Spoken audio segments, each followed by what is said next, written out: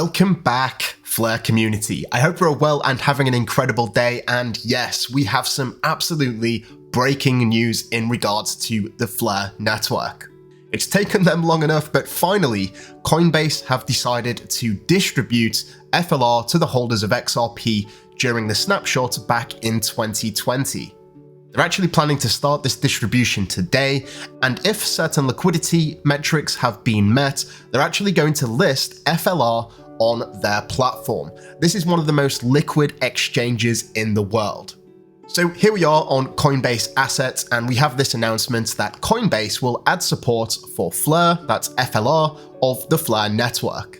Do not send assets over the network or your funds may be lost. Inbound transfers for this asset are available on Coinbase and Coinbase Exchange in the regions where trading is supported.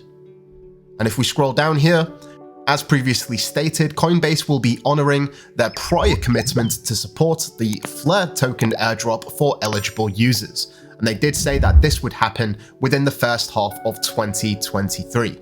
Now, here's the important information if you are expecting to receive FLR on Coinbase.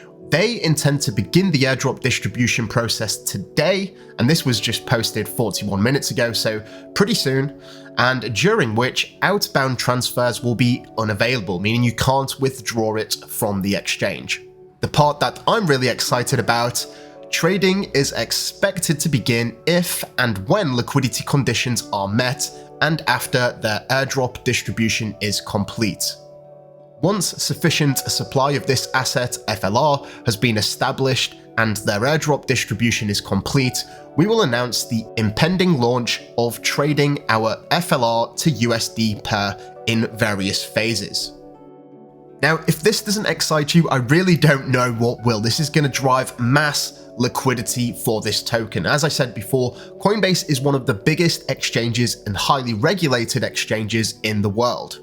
Now, with that being said, I do want to just remind you that holding on an exchange is not the best option. You want to extract it from the exchange, withdraw it from the exchange, and start interacting with the network and using the token as intended. Some exchanges may offer a return, but you're going to get the best bang for your buck if you delegate this asset yourself and participate in governance and all of the great things that are being built on Flare. And the Flare network have put out this tweet as well, saying that we should welcome our new Flare community members and help them get up to speed with the network. And this is all about delegating and some of the important infrastructure that you need to know about if you want to participate in this network. So here's their website, Flare 101, and I'm going to leave a link to this in the description below because it contains some really useful information. If you're new here, please feel free to read this bit, the introduction to Flare. What is Flare? What is the problem that Flare is trying to solve? And what's unique about the Flare technology? And, you know, these are the basic things that you should have been learning prior to receiving this distribution. But if we continue scrolling down here, we can sort of learn about the state connector, which is very interesting, the Flare Time Series Oracle, which is an on-chain oracle with over 100 independent data providers, and also delegation. And this is the type of thing that you need to know about if you want to participate within the network. There are some great resources here. We have flaremetrics.io, which is built by FTSO AU, an official sponsor of the channel, who I would highly recommend delegating to.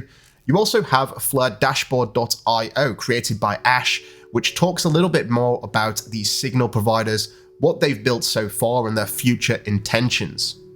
If we continue to scroll down here, it talks about the Flare Drops, meaning if you want to participate in the Flare Drops, that's a distribution of FLR every single month for the next 35 months, you need to hold WFLR in your own wallet. If you hold it on Coinbase, you may be reliant on waiting for them to distribute, and that's obviously not a good thing.